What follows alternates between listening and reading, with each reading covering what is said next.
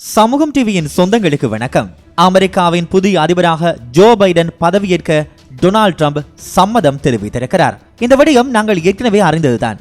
ஆனால் நாங்கள் இந்த காணொளியில் பார்க்க போகிறது இனி ஜோ பைடன் என்னவெல்லாம் செய்யலாம் என்பது பற்றிதான்.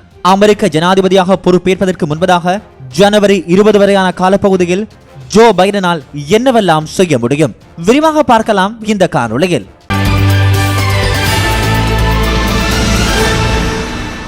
அமெரிக்காவில் நவம்பர் 3ஆம் தேதியன்று அதிபர் தேர்தல் முடிந்து வாக்கு எண்ணிக்கை முடிவுகள் சில தினங்களில் வெளியாகின.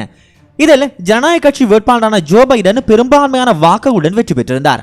மறுபுறம் அதிபர் டொனால்ட் ட்ரம்ப் பெரும் பின்னடைவை சந்தித்திருந்தார். எனினும் தேர்தலில் மிகப்பெரிய மோசடி நடைபெற்றிருப்பதாகவும் தேர்தல் முடிவுகளை ஏற்றுக்கொள்ள முடியாது எனவும் டொனால்ட் ட்ரம்ப் தொடர்ந்து பிடிவாதம் பிடித்தார். ஆனால் சூழ்நிலை அவருக்கு எதிராக திரும்பிக் கொண்டிருக்கும் நிலையில் ட்ரம்ப் தேர்தல் தோல்வியை ஒப்புக்கொண்டிருப்பதாக தெரிகிறது.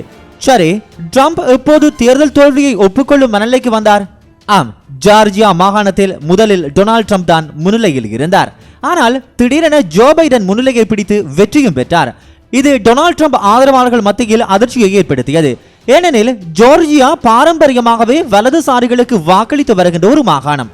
இதையடுத்து ஜோர்ஜியாவில் மீண்டும் வாக்கு எண்ணிக்கை நடத்தப்படும் என அறிவிக்கப்பட்டது ட்ரம்பினுடைய கோரிக்கைக்கு அமைவாக. அதுவும் ஒவ்வொரு வாக்கும் கையால் எண்ணப்பட்டு மீண்டும் முடிவு அறிவிக்கப்படும் என்று அதிகாரபூர்வமாக அறிவிக்கப்பட்டது. இந்நிலையில் ஜோர்ஜியா வாக்கு எண்ணிக்கை முடிவுகள் மீண்டும் வெளியாகின. அதன்படி ஜோ பைடன் ஜார்ஜியாவிலும் வெற்றி பெற்றிருப்பது தெரிய வந்தது. அதிபர் தேர்தலில் வெற்றி பெற 270 வாக்குகளை பெற்றிருக்க வேண்டும். ஆனால் ஜோர்ஜியா வெற்றியால் ஜோ பைடன் 306 வாக்குகளை பெற்றிருக்கின்றார். மறுபுறம் டொனால்ட் ட்ரம்ப் வெறும் 232 வாக்குகளை மட்டுமே பெற்றிருக்கின்றார். இந்நிலையில் ட்ரம்புக்கு இருந்த ஒரே நம்பிக்கையான ஜோர்ஜியாவும் ஜோ பைடனுக்கு சென்று விட்டது. இதனால் ட்ரம்ப் தரப்பு மிகுந்த ஏமாற்றத்தில் இருக்கிறது. எது எவ்வாறு இருப்பினும் இதுவரை ட்ரம்ப் தனது தோல்வியை ஒப்புக்கொள்ளவில்லை. ட்ரம்ப் தரப்பில் தொடுக்கப்பட்ட வழக்குகளும் தற்பொழுது வாபஸ் பெறப்பட்டுள்ளன. ஆக ட்ரம்ப் ஒப்புக்கொண்டாலும் ஒப்புக்கொள்ளாவிட்டாலும் ஜோ பைடன் வெற்றி பெற்று விட்டது உறுதியாகி இருக்கிறது. இதனை அடுத்துதான் தேர்தலில் ஜோ பைடன் வெற்றி பெற்றுள்ளதாக அமெரிக்க அரசின் பொது சேவைகள் நிர்வாகம் ஒப்புக்கொண்டிருக்கிறது. இந்நிலையில் பொது சேவைகள் நிர்வாகம் விதிமுறைப்படி என்ன செய்ய வேண்டுமோ அதை தொடங்கும்படி ட்ரம்ப் பரிந்துரைத்திருக்கிறார். அமெரிக்காவின் அடுத்த அதிபராக ஜோ பைடன் பதவியேற்க இருப்பதை மறைமுகமாக சம்மதம் தெரிவித்திருக்கிறார் ட்ரம்ப் அவர்கள். புதிய அதிபர் 2021ஆம் ஆண்டு ஜனவரி மாதம் 20ஆம் தேதி பொறுப்பேற்பதுதான் அமெரிக்க மரபு. இந்த நிலையில் தான் பொறுப்புகளை ஜோ பைடனிடம் ஒப்படைக்க ட்ரம்ப் நிர்வாகம் ஒப்புக்கொண்டுள்ளது.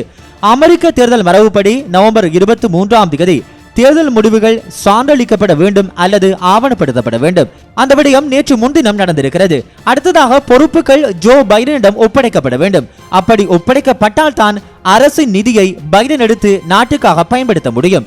இந்த பொறுப்புகளை அடுத்த அதிபரிடம் முறைப்படி ஒப்படைக்க வேண்டியவர் அமெரிக்காவின் பொது சேவைகள் நிர்வாக தலைவரான எமிலி மர்ஃபி என்பவர்தான்.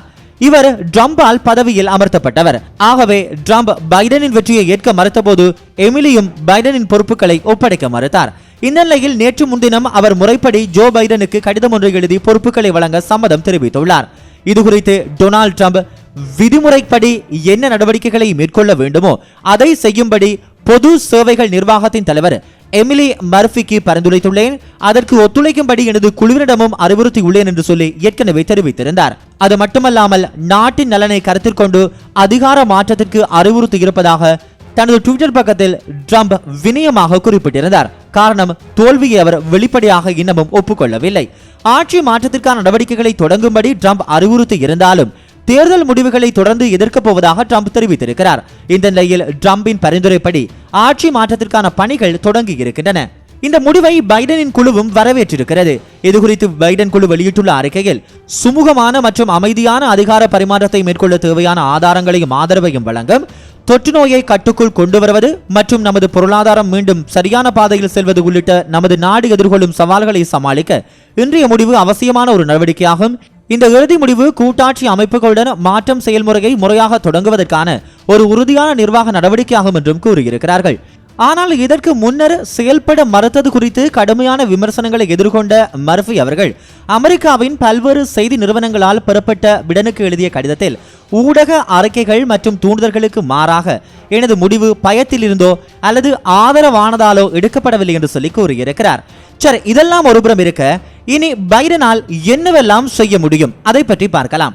பைடன் நிர்வாகம் அரசு நிதி, அலுவலகம் மற்றும் அலுவலர்களை கட்டுப்படுத்த முடியும். நிர்வாக செலவுகளுக்காக $36 லட்சம், புதிதாக பொறுப்பேற்றது தொடர்பாக நடைபெறவிருக்கும் நிகழ்வுகளுக்காக ஒரு $10 லட்சம் பைடன் செலவு செய்யலாம். முக்கியமான விஷயம், அதை நிர்வகிக்கும் உரிமை இனி பைடனுடையது என்பதுதான். அதாவது இனி பைடன் ஒரு அதிபராக ஊடகங்களுக்கு அதிகாரபூர்வமாக பேட்டியளிக்கலாம். பைடன் ஹாரிஸ் அணிக்கு அதிகாரிகள் இனி தேவையான அதிகாரபூர்வ தகவல்களை அளிப்பார்கள். இனி நடைபெறக்கூடிய நடைமுறை அதிகாரத்தில் பைடன் ஹாரிஸ் அணி குறுக்கிடுவதற்கு வாய்ப்பும் கிட்டியிருக்கிறது. கொரோனா வைரஸ் தொடர்பான முடிவுகள் தொடர்பாக இனி சுகாதார அணியுடன் பைடன் தொடர்பு கொள்வார். அலுவலகத்தையும் பைடன் ஹாரிஸ் அணி இனி பயன்படுத்திக் கொள்ளலாம். எல்லாவற்றிற்கும் மேலாக FBI இனி ஜோ பைடனுடைய சொல்லை கேட்டுத்தான் ஆக வேண்டும். இதனைத் தொடர்ந்து வெளியுறவுத்துறை உட்பட தனது அமைச்சரவையில் இடம்பெறக்கூடியவர்களின் பெயர் பட்டியலை ஜோ பைடன் அறிவித்திருக்கிறார். அதன்படி ஆண்டனி பிளிங்கன் வெளியுறவுத்துறை அமைச்சராக தேர்வு செய்யப்பட்டிருக்கிறார்.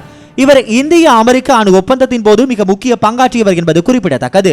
அதேபோல் முன்னாள் வெளியுறவு அமைச்சரான ஜான் கெரியை காலநிலை மாற்ற விவகாரங்களுக்கான சிறப்பு தூதுவராக ஜோ பைடன் நியமித்திருக்கிறார். அமெரிக்காவின் அரசியல் வரலாற்றில் முதன்முறையாக காலநிலை மாற்ற விவகாரங்களுக்கான சிறப்பு தூதர் நியமிக்கப்பட்டுள்ளது குறிப்பிடத்தக்கது. தேசிய பாதுகாப்பு ஆலோசகர் பதவிக்கு தனது மூத்த ஆலோசகர்களில் ஒருவரான ஜேக் ஷல்லிவனை பைடன் நியமனம் செய்திருக்கிறார். அதேபோன்று உள்நாட்டு பாதுகாப்புத்துறை அமைச்சராக அலெஜாண்ட்ரோ மயோர்காஸ் நியமிக்கப்பட்டுள்ளார். முதல் முறையாக லத்தீன் அமெரிக்காவை பூர்வீகமாக கொண்டவரும் அங்கிருந்து அமெரிக்காவில் குடியேறியவருக்கும் இப்பதவி வழங்கப்பட்டுள்ளது வரலாற்று முக்கியத்துவம் வாய்ந்ததாக கருதப்படுகிறது.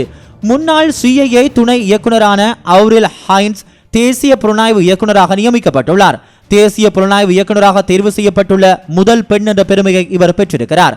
அமைச்சரவை உறுப்பினர் அந்தஸ்துடன் லிண்டா தாமஸ் கிரீன்ஃபீல்டு ஐக்கிய நாடுகள் சபையின் அமெரிக்க தூதராக பணியாற்ற பரிந்துரைக்கப்பட்டிருக்கிறார். ஆகவே இப்பொழுது அமெரிக்காவில் புதிய வெளிச்சம் தென்பட தொடங்கி இருக்கிறது. சூரியனில் படிந்திருந்த கரை அகற்றப்பட்டிருக்கிறது.